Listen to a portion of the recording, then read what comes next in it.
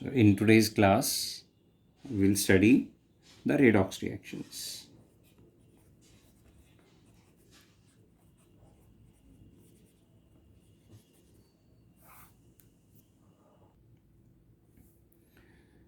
बच्चों, ये वो रिएक्शंस हैं जिसमें ऑक्सीडेशन और रिडक्शन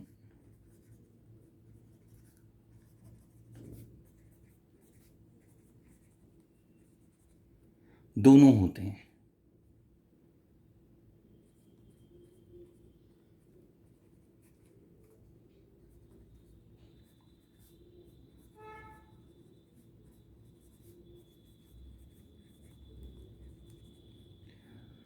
पिछली क्लासेस में हम ऑक्सीडेशन और रिडक्शन की डेफिनेशंस पढ़ चुके हैं। आइए एक एग्जांपल के साथ स्टार्ट कर सकते हैं हम। अगर हम जिंक ऑक्साइड को कार्बन के साथ हीट करते हैं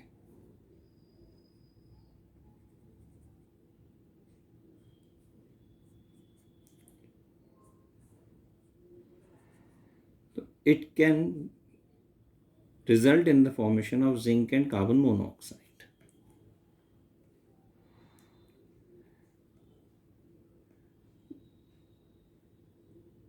आइए अब एक छोटा सा कॉन्सेप्ट है कि कौन ऑक्सीडाइज हो रहा है, कौन रिड्यूस हो रहा है, कौन ऑक्सीडाइज कर रहा है, कौन रिड्यूस कर रहा है। So let's see what is oxidized. Oxygen के जुड़ने को हम ऑक्सीडेशन कहते हैं। तो it is very much clear, carbon is oxidized to carbon monoxide। Zinc oxide के मॉलिक्यूल के पास ऑलरेडी ऑक्सीजन प्रेजेंट है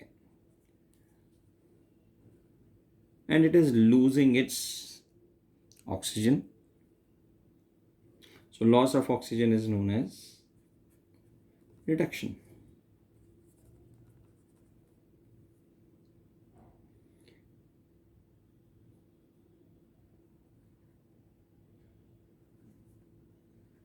कॉपर को अगर हम एयर में हीट करते हैं तो ये ब्लैक सब्सटेंस कॉपर ऑक्साइड बनाता है। Clearly it's an oxidation only, example of oxidation only. Now when upon this copper oxide hydrogen gas is passed,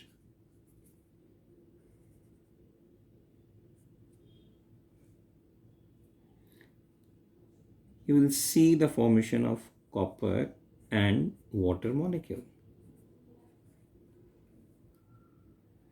So the species having oxygen is reduced.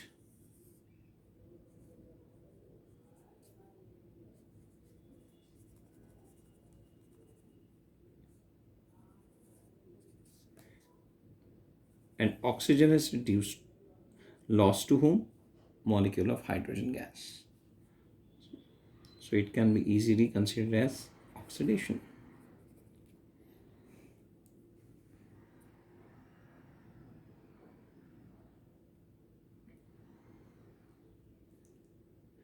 तो बच्चों ये हमें समझ में आया ऑक्सीजन के टर्म्स में कि रिडक्शन और ऑक्सीडेशन कैसे पॉसिबल है।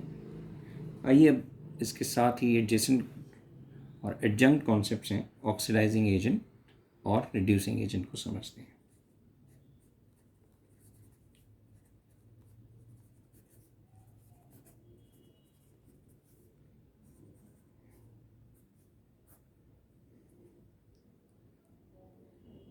फर्स्ट रिएक्शन पे अगर हम ध्यान दें तो जिंक ऑक्साइड के पास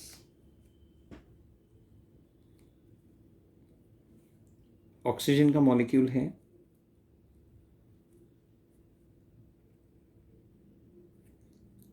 और वो इस ऑक्सीजन के मॉलिक्यूल को लूज करता है और गेन करता है कार्बन का मॉलिक्यूल कार्बन मोनोऑक्साइड बनाने के लिए। So in this reaction, oxygen is provided by zinc oxide. So it is termed as oxidizing agent.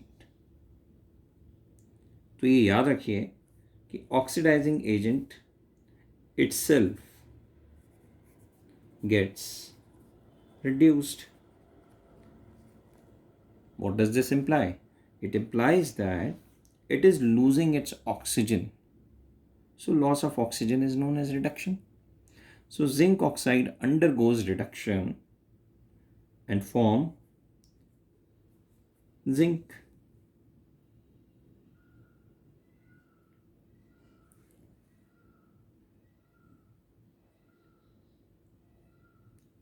अब बच्चों आप खुद सोचिए, कॉपर ऑक्साइड और हाइड्रोजन के रिएक्शन में आप किसे ऑक्सीडाइजिंग एजेंट कहेंगे, हाइड्रोजन को या कॉपर ऑक्साइड को? Very clearly the one which is having the oxygen as a component. Now we see that copper oxide loses its oxygen, which is called as reduction, and resultant oxygen gets attached to hydrogen gas. So copper oxide is the oxidizing agent here, right? So oxygen provider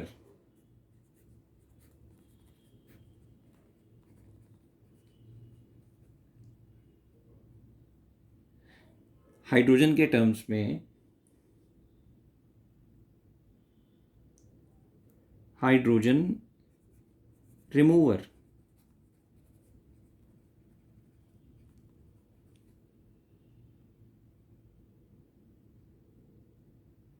ये भी oxidising agent होगा.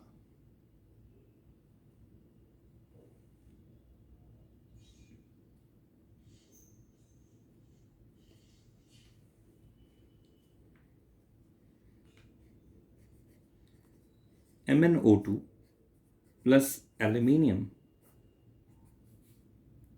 it gives us Mn plus Al2O3. Similarly, Fe2O3 and aluminium reacts to form free iron and aluminum oxide.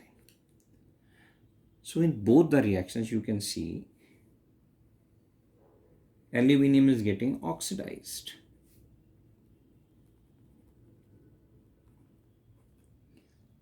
And from which molecule respectively is the aluminum receiving the oxygen? It is the MnO2 and it is the Fe2O3 molecule respectively in the two reactions. तो बेटा ये दोनों जो compounds हैं, they both are oxidizing agent. They both are oxidizing agent. Right? Now let's come to the reducing agents.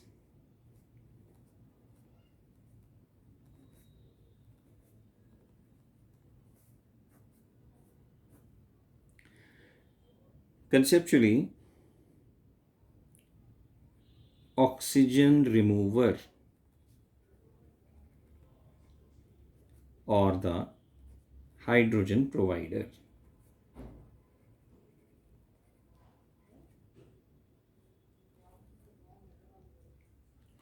ध्यान दीजिए, oxygen remover.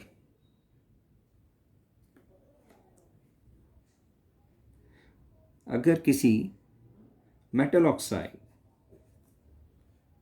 के साथ कार्बन रिएक्ट कर रहा है,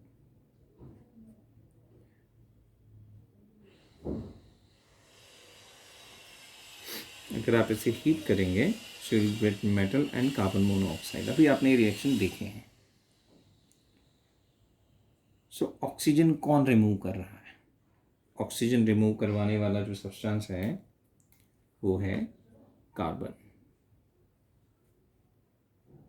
किसकी ऑक्सीजन रिमूव करा हुआ है? मेटल ऑक्साइड से, और खुद ऑक्सीडाइज हो रहा है।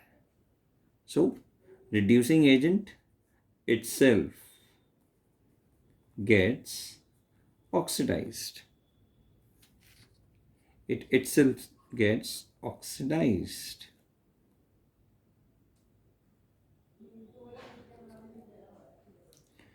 So अभी हमने ऊपर रिएक्शन देखा जिंक ऑक्साइड और कार्बन का।